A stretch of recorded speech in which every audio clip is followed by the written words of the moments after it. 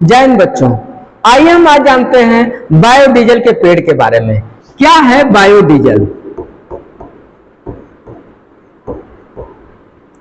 ये जो बायोडीजल का जो पेड़ है इसे क्या कहते हैं? पहली बात समझिए कि इस पेड़ के कई नाम है। इसे कहते हैं जेट्रोफा। जेट्रोफा का दूसरा नाम क्या है? रतन ज्योत।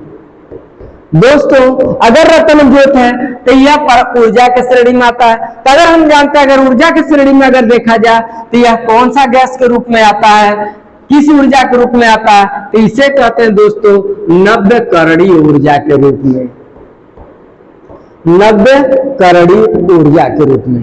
या इसी को कह सकते हैं, या इसी को दूसरे तरीके से कह सकते हैं, यह किस रूप में आता है? इसे कहते हैं गैर परंपरागत ऊर्जा के रूप में,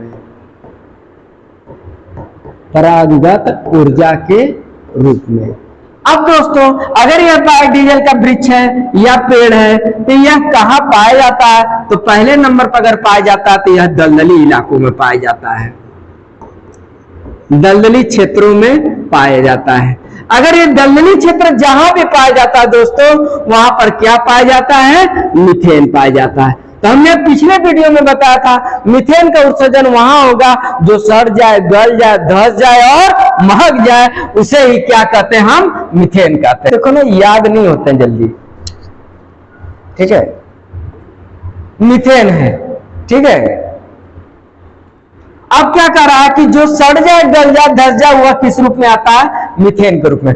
दोस्तों, अब आप समझना आपको ये है कि ये जो मीथेन का जो उत्सर्जन है वह किन पौधे द्वारा हो रहा है? तो बायोडीजल से हो रहा है। अगर बायोडीजल अगर ऑप्शन में आपको नहीं दिखाई दे रहा तो क्या दिखाई देगा? जेट्रोफा दिखाई देगा। जेट्रोफा अगर नहीं दिखाई देगा तो क्या होगा? रतन ज्योत होगा। तो रतन ज्योत या जेट्रोफा कहां क्षेत्रों में पाए जाते हैं? तो दलदली क्षेत्रों में। तो दलदली क्षेत्रों में किसका उत्सर्जन होता है? मीथेन का। अगर मीथेन का उत्सर्जन होता है तो सीधी सी बात समझिए कि मीथेन का स्वरूप क्या है। जैसे दोस्तों, अगर बरसातें होती हैं तो जैसे ही बरसात होती है धरती महकने लगता है, वह धरती महकने का मुख्य कारण क्या है? मीथेन है।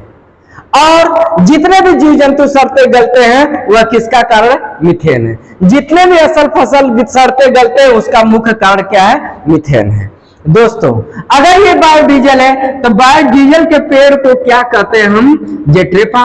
तो जेट्रोफा को पेड़ को क्या कहते हैं हम? रतन ज्योत। तो रतन ज्योत से हमसे सबसे अधिक किसका निर्माण होता है? काजल का। अगर ये काजल अगर निर्माण होता है तो काजल से हमको क्या मिलता है? मीथेन। दोस्तों, जब हम आंख में काजल लगाते हैं तो आंख से क्या हो जाता है? आंसू निकलने लगता है। जैसे ही काजल निकालते हैं, लगाते हैं तो आंख से क्या निकलते हैं? आंसू निकलने लगते हैं। अगर आंसू निकलते हैं तो आंसू के निकलने का मुख्य कारण क्या है? मीथेन है। आंसू निकलने का मुख्य कारण क्या है? मीथेन है। दोस्तों, इसीलिए जितने भी काजल की कंपनियां होती हैं, सारे काजल की कंपनियां वह किस नाम से बनाई जाती है? तो रतन ज्योत के नाम से बनाई जाती है। दोस्तों, यह जो बायोडीजल का पेड़ है ये विभिन्न परीक्षाओं में आता है। ऐसे हम सारे जितने भी ऊर्जा के जितने भी चैप्टर हैं, जितने भी भाग हैं, सबको आपको बारी बारी दिखाते रहेंगे। परंतु जाते जाते हम आपको ये बता दें, ये जो बायोडीजल के पेड़ सर्वाधिक अगर कहीं पाया जाता है तो वह पाया जाता है कहां? पश्चिम बंगाल में। दूसरे अगर किसी राज्य की बात आती है तो वह राज्य कौन सा हो जाता है? गुजरात में। इसका मतलब है भारत में सर्वाधिक अगर दलदली इलाका कहीं है तो वह कहां है? पश्चिम बंगाल। तो पश्चिम बंगाल में क्या पाया जाता है? मीथेन। तो पश्चिम बंगाल में कौन सा इलाका है? दलदली इलाका। तो पश्चिम बंगाल में जो सबसे अधिक क्या निकलते हैं? काजल। अगर काजल पश्चिम बंगाल में जो चीज बनते हैं काजल, इसका मतलब है जहां पर काजल का निर्माण होगा वहां के जो आंसू बहते हैं, आंसू से सारे कचरा बाहर निकल जाता है। और कचरा जिस दिन बाहर निकल जाता है उस दिन आंखें इनकी क्या होती हैं? सबसे सुंदर हो जाती हैं। आंखें अगर सुंदर हो जा रही है तो वह किस राज्य का होगा? तो वह राज्य कौन सा होगा? पश्चिम बंगाल होगा।